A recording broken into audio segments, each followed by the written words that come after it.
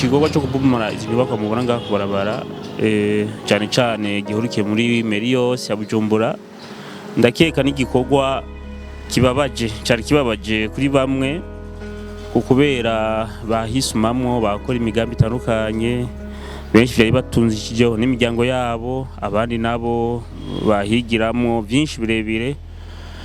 Ariko nubwo birababaje nta muntu avyanse ugerageje gukurikiza cyangwa kurabisha amaso ahagerera hagufi.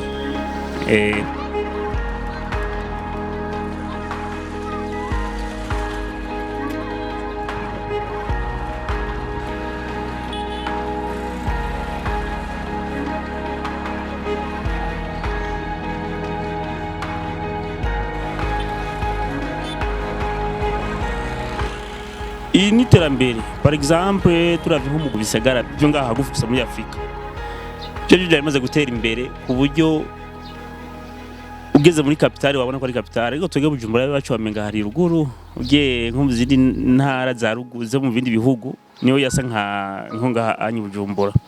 Ariko ubu ndakeka uyu mugambi leta uri kurazana no mugambi wo kugira igisagara cyacu gisukuke, gise neza, kibe igisagara cy'intangarugero muri Afrika nzima, nk'uko ibindi bihugu byamaze kudutera n'intambwe bikagishikako. Benshi barashaka kwiyumvira ati kubera iki bariko barabomora amazu. Premièrement, abantu batabizi mbwa tugerageje gukurikirana abasokuru n'abasokuruza kera muri za 70 hariya barigeze guhabwa umuzibukiro abo ngaha ku makaburimbo. Mbwa bene igihugu kura dukunda uburyo wacu usanga ariko yegeze imbere ku buryo ashaka no kwinjira mu kaburimbo. Ariko hajya hose ndaza amatwa nsumira canke n'ibyo nsanzwe nzi, ndazi neza ko hajya hose baherewe amahera kuva kera.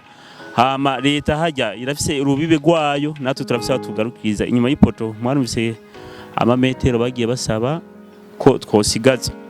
Rero umuntu yarafise ubwenge nuko kugira yubake yategeza kugenda muri urbanisme, ubu bitwa robuha, kugira bikunde arabe plan urbanisme, arabe plan, arabe aho yo kubaka kageza na hatogeza.